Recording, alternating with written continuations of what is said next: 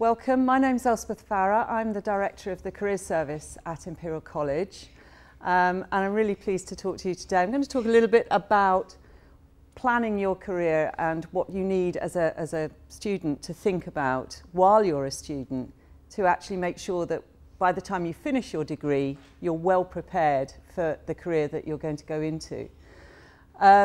Just to get a feel for who the audience is, can you just put up your hand if you're a potential student, so thinking about applying to Imperial? Shove your hand up. Okay, not sure, but okay. Parents, put your hands up. Okay, about half and half, okay. So what I hope to do in the next half hour, and hopefully I'll leave some time at the end to answer any questions as well, but what I'm planning on doing is saying a little bit about the current state of play in the graduate labour market. There's always a lot of information in the media, a lot of headlines in the media about unemployment, etc. And I want to say something about and show you some data about what actually is going on in the graduate labour market and what has been going on over the recent few years as well. I also want to say something about what it is that employers look for when they're recruiting graduates. And how you as a graduate or student need to think about that. Some ideas about what you need to be thinking about in order to make a good career choice. And then a bit about how we help you prepare for that and help you support in that at Imperial College. And then we'll hopefully have some time for questions at the end. So I'm going to blind you with a bit of data now and lots of graphs, but if you're thinking about applying to Imperial College, you should be very comfortable with looking at data. If you're not, get comfortable with looking at data. So, graduate labour market. This gives you an idea. This graph is produced from the Association of Graduate Recruiters annual survey. Which they survey all of the major recruiters of graduates on an annual basis. In fact, they do it twice annually. And this shows how the increase or decrease of the supply of graduate vacancies, what's been going on over the last, well, since the year 2000. So you can see that apart from a little dip in 2002, 2003, year on year, there was an increase in graduate vacancies up until, well, really up until 2008, when it was a slight increase, but almost flat. So the market in graduate recruitment was very buoyant. You know, there were lots of employers out there trying to seek graduates.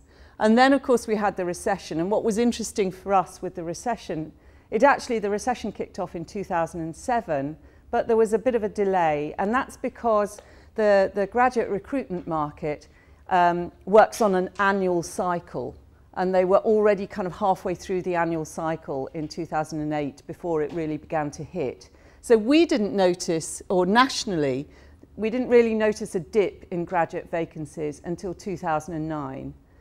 And then, interestingly, it almost immediately bounced back the following year. And then since then, it's been sort of seesawing backwards and forwards. So I think you can see that what happens is that actually it kind of evens out, so that, you know, if it dips one year, then it goes back up the next year. And that seems to have been the pattern. And we're certainly predicted, and I don't see any indication at the moment, the prediction is that there'll be an increase of about 8.8% of graduate vacancies for 2013, so that's for people who are graduating this summer, and I haven't seen anything or any indication that that's not going to be achieved. So it looks as though you know, that it's picking up a little bit for this year, but as you can see, in the graduate market, vacancies have kind of overall have maintained their levels. Okay. For us at Imperial, what's very encouraging is that this is the data for the sectors and whether the number of vacancies are increasing or decreasing by sector. And this is again for this current year. And you'll see from this that the areas that we're particularly interested in, so things like construction, engineering, consultancy, IT and telecommunications, fast-moving consumer goods, all of these areas, they're all increasing at the moment in the number of vacancies that are available. The ones that are decreasing, accountancy and professional services firms, but only about by -2%. And actually, that particular sector, the big four accountancy firms of PwC, KPMG, Deloitte, Ernst & Young, they recruit about, on their own, recruit about 5,000 graduates every year. And so a 2% drop is not terribly significant in that sector. And then law firms and banking and finance, not surprising, banking and finance is reducing the number of graduate intakes. But everywhere else, and particularly all of the sectors that are very relevant to our discipline areas, are all increasing this year, which is really good news for us. This shows where the vacancies are. And you'll see that the vast majority of graduate vacancies are still focused around London and the South East. So again, good for us because we have good connections with those organisations and companies.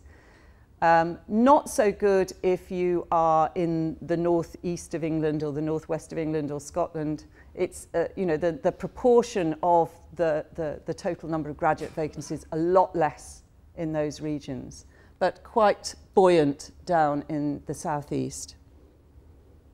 Average starting salaries for graduates, again, you know, along with the increase in, you know, the fact that there were lots of jobs out there until about 2008, you can see that year on year, graduate starting salaries were increasing. And then we had 3 years where they were completely flat. Not surprising, really, because that was when it was sort of the real depths of the recession. And now they've started to increase again. So last year, there wasn't a 4% increase, which is higher than the national salary increases.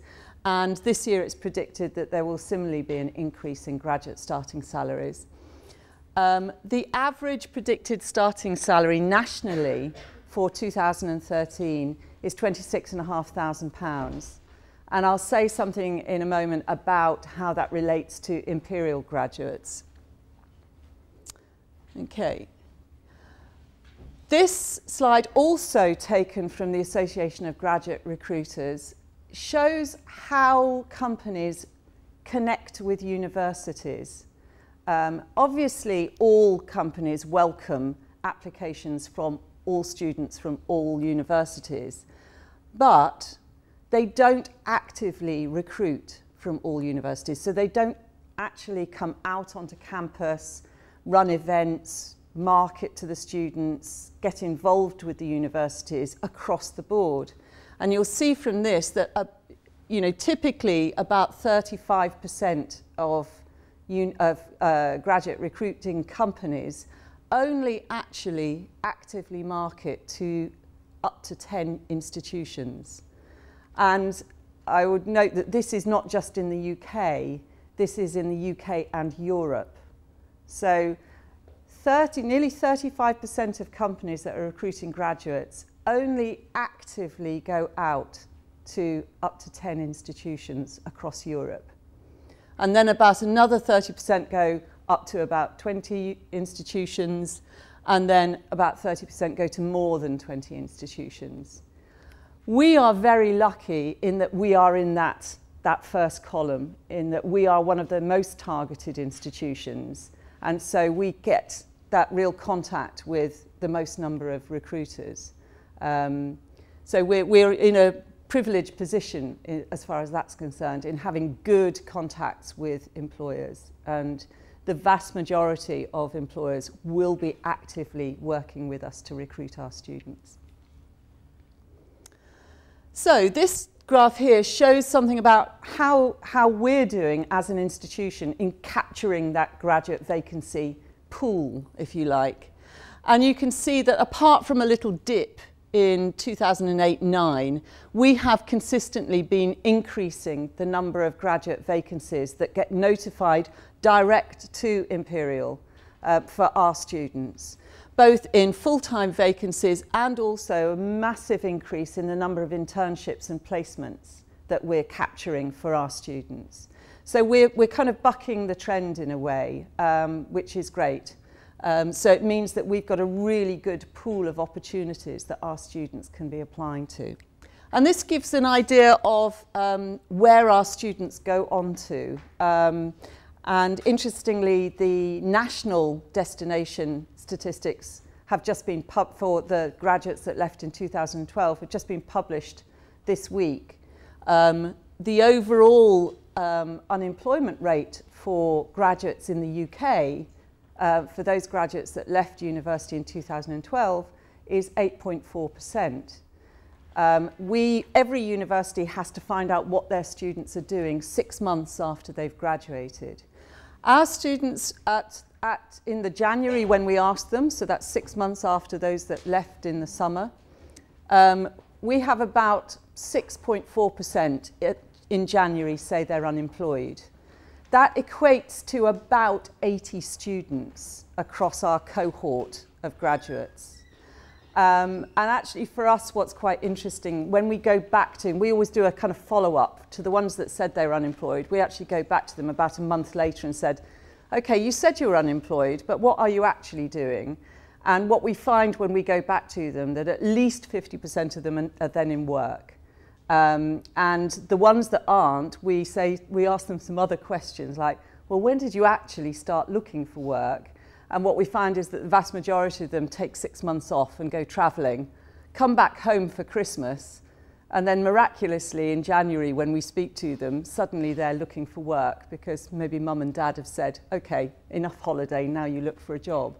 So although our figure is at about 6.4%, in reality we know that it's probably annually from each cohort, it's probably only about 30 students who are genuinely unemployed at about 8 months after they've graduated.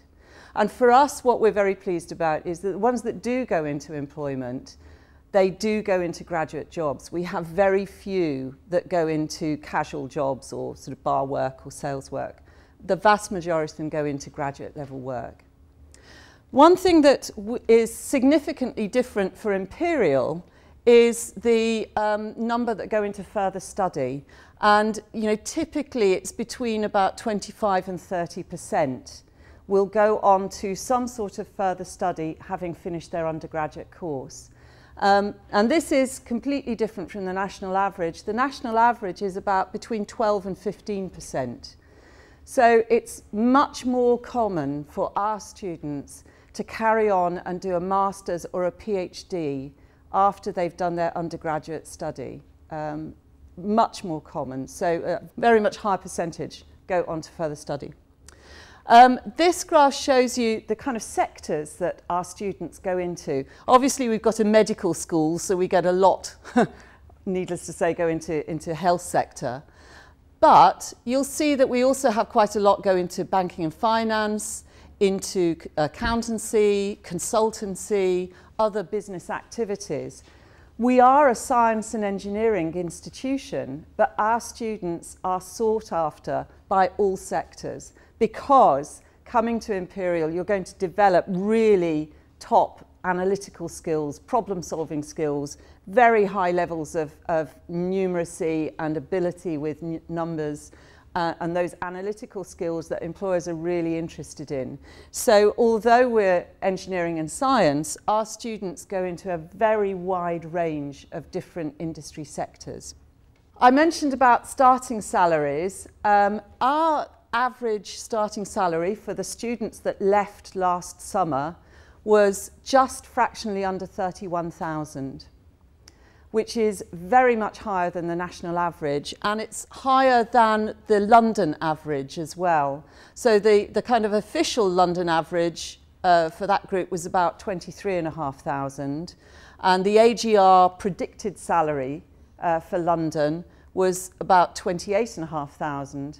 Our students were achieving fractionally under 31,000. So you can see that kind of is an indication that they really do go into graduate level jobs. We're only bettered, I think, by students from the LSE, where the vast majority of them go into the city. So our students really do get very good starting salaries when they graduate. I want to say something now more about what is it that employers are looking for when they recruit students. So this was a survey that was done by the CBI, and it asked employers what factors were they looking at when they recruit graduates. And you can see that 82% said that one of the most important things was employability skills. So whether you call them transferable skills, professional skills, or employability skills, that is over and above the most important factor. And for many employers, that's more important than even the discipline that you've studied, because about 45% of jobs for graduates don't actually specify a degree discipline.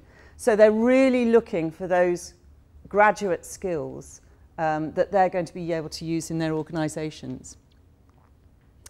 So the kinds of things they're looking for are listed here. So things like self-management, being able to take responsibility for what you do, how you do it, being able to take responsibility for your own development, understanding how you can progress, how you can perform and maximise your performance in a working environment. So self-management skills are probably the top of the list as far as a lot of employers are concerned.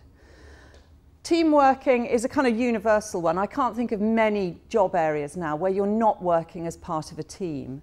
So that sort of team working, knowing how to work as a collaborative member of a team, how to support your colleagues, how to help other people develop ideas in a team, as well as coming up with ideas yourself, is really very important in virtually every kind of working environment.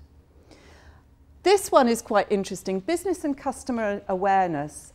That's an area that we've been putting quite a lot of emphasis in at Imperial, because we're very aware that when you come into Imperial to do your discipline area, you're working in a department that's very focused, very specific, and it's quite difficult to actually see things in the bigger picture.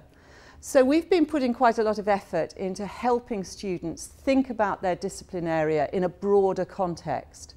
So for example, if say you were going to come to do something like chemical engineering with an idea of going into the oil industry, it's just as important for you to understand that industry sector and things like, well, how does economics affect it? How does politics affect it? How does the environment and social issues affect that industry sector? So it's understanding the kind of bigger picture of where you might be working and how you fit within it.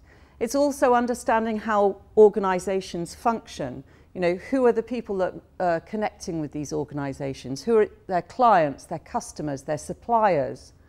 How do things that are going on in the world affect them? So that whole area of business and customer and client awareness is very important. Problem solving, well, our discipline areas really do develop your problem solving skills, and you do a lot of that, particularly on project-based work while you're at Imperial. Communication and literacy, knowing how to communicate with different types of audiences, knowing how to describe and put forward complex and technical aspects to people who maybe haven't got a technical background. Understanding how to communicate in different types of environments and how to use your communication skills to persuade, negotiate what you want as well. And also listening and understanding how to listen effectively. Application of numeracy and application of information technology, fairly straightforward, and again, our discipline areas provide a lot of that. But one of the most important things is being able, as a graduate and as a student, to articulate how you've been developing some of these skills, because that, in the application and the selection process for graduate jobs, it's often these sorts of things that they're going to be looking for. they will take for granted that you have got a great degree from a great institution. They will take for granted your academic credibility and your credentials. So it's up to you to then persuade them about all these other areas and these other skills when you're applying for graduate level jobs. Work experience has now also become very much more important in the graduate labour market. And here you can see the number of of employers who are actually providing placements or summer internships. And interestingly, in this most recent survey that was conducted, it's the High Flyers survey, 56% of recruiters commented that irrespective of academic results, it would be very difficult for a graduate to get a job with their organisation if they hadn't had any kind of work experience. So getting a placement as part of your course, or getting a summer internship, or some sort of working experience while you're a student is absolutely critical these days.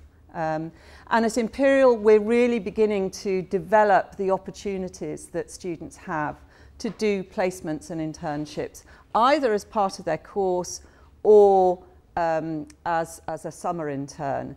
And you know, in recent surveys we've done of our final year students, about 75% of our final year students will have done a summer internship in their penultimate summer before graduating.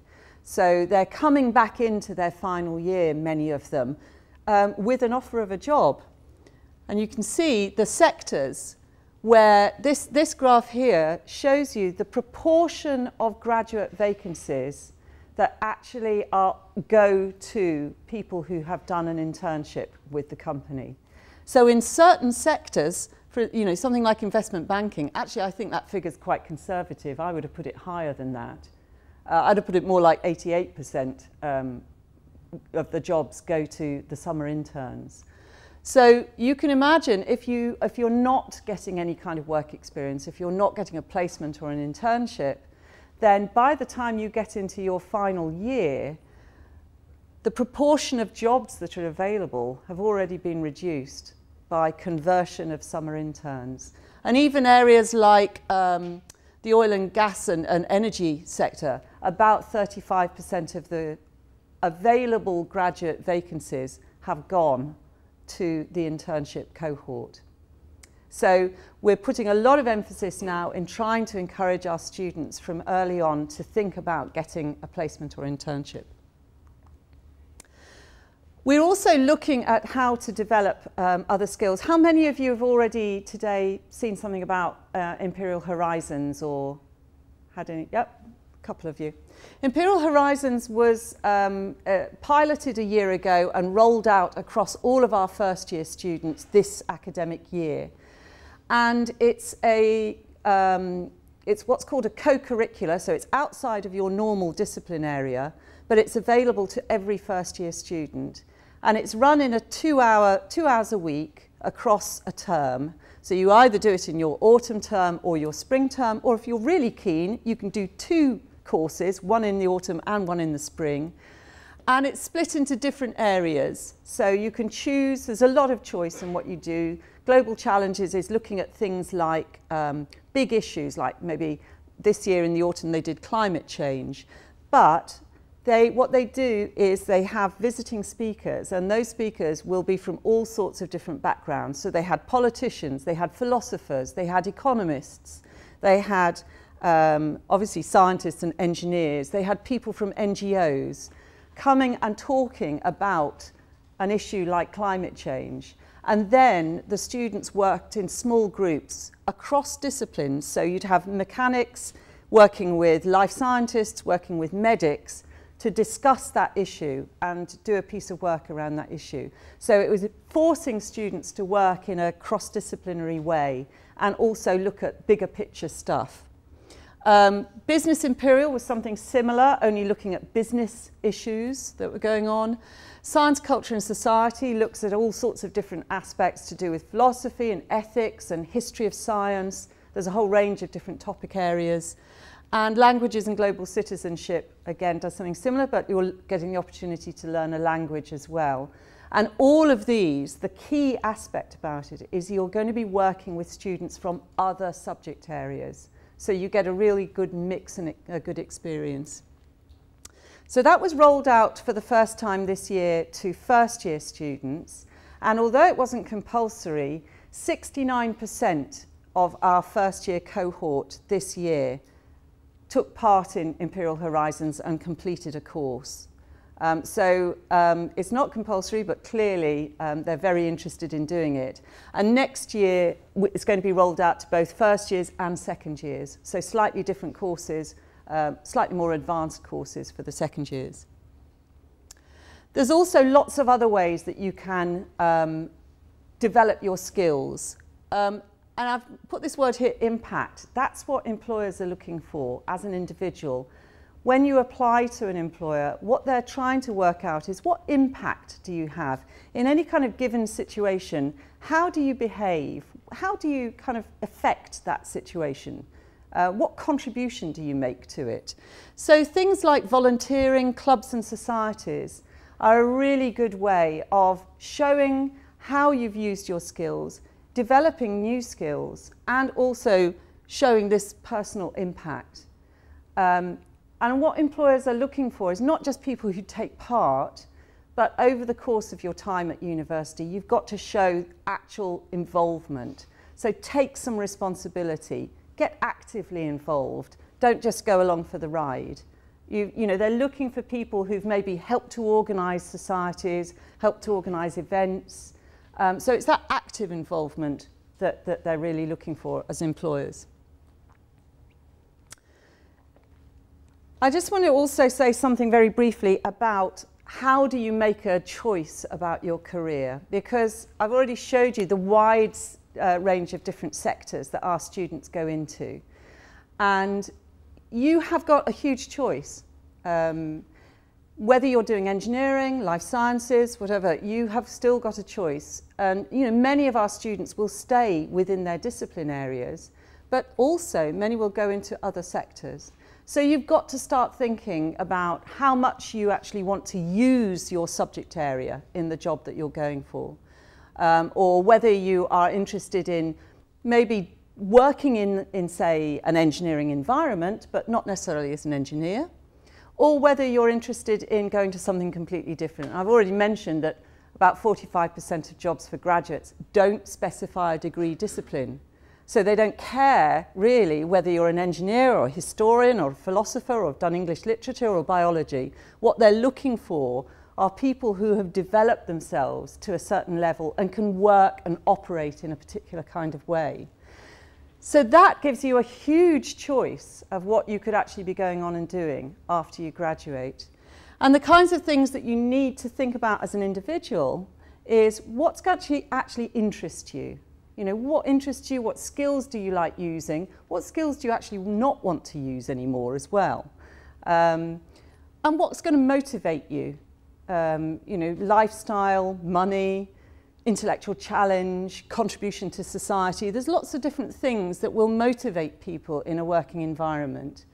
And also the industry sectors. How do they fit with your values and beliefs? So there's lots of questions you should be asking yourself as a student that will help you then think about the kind of career choice that you make. I always think it's a little bit like if you're going to go and buy a new pair of shoes, you've got to know what size feet you've got before you can actually start trying on shoes. So taking some time to think about yourself as an individual, and then once you've kind of understood how you want to interact with the world of work, then it's much easier to actually start looking at the different job areas. The Careers Service at Imperial works with students right from first year through your undergraduate degree. We work with masters, PhD students, and also the postdoctoral student staff at the university. And we also offer a service to alumni as well. But the critical thing for you as undergraduates is that we work with you right from your first year. We encourage you to take part in what we're doing. We encourage you to come to the events that we're running, because we think it's important that as first year students you're beginning to find out about what's out there and what's available to you. So we have a traditional appointment system where students can book an appointment to see one of the careers consultants or one of my placement and internship officers. We also have a very extensive online system where there's a database of about, I think at the moment it's about 7,000 companies who have actively registered with our database, which you can search. You can search for which companies recruit from your discipline area, which companies are recruiting in a particular industry sector. And that's also where our vacancy database is as well. And so as a student, whether you're first year or final year, you've got access to all of that. And you can be looking at what sorts of jobs are coming in, what part-time jobs, what volunteering, internships and placements. We also run a very extensive range of activities to help inform you about different industry sectors. We still have a hard copy careers library. We did try to get rid of it a few years ago and the students said, no, we like it, bring it back. So we've still got an actual careers library with lots of information in there for students to research. And we have a very extensive careers website with a lot of information and resources to help you think about what you're going to be doing in the future, think about how to develop your skills, occupational research, research about companies, and also very practical help about job hunting, CV writing, interview skills, etc. So a lot of information on our website. And then we run, as I said, because we're a very targeted institution, we have a very extensive program of events that run throughout the year. We run, I think, currently about 5 careers fairs every year on different sectors, including some overseas. We run careers fairs in Shanghai, Hong Kong and Beijing for our international students. We collaborate with other institutions, so the International Development Day and the Careers in Brussels Day, that was done in collaboration with the LSE and Oxford and Cambridge. We also run things like careers forums where we have a panel of speakers talking about what it's like to work in a particular industry sector. Lunchtime talks that happen twice a week throughout the whole year, skills workshops, themed weeks, lots and lots going on to allow you to actually find out more about different kinds of jobs and employers. So just to summarise very quickly, your time as an undergraduate, once you start your degree course, your 3 or 4 years, depending on what kind of course you do, are going to go by very, very quickly. And so we really encourage you to start thinking about your career choices and developing your skills right from your first year. And to think about what's going to be appropriate for you long term, because it really will whiz past. And what we don't want is you getting into your final year and suddenly thinking, oh, I really need to get some work experience, or I really need to develop this skill set. So we really encourage you to think early. Whether you come to Imperial or go to another university, it's really important to begin that process early on rather than leaving it too late.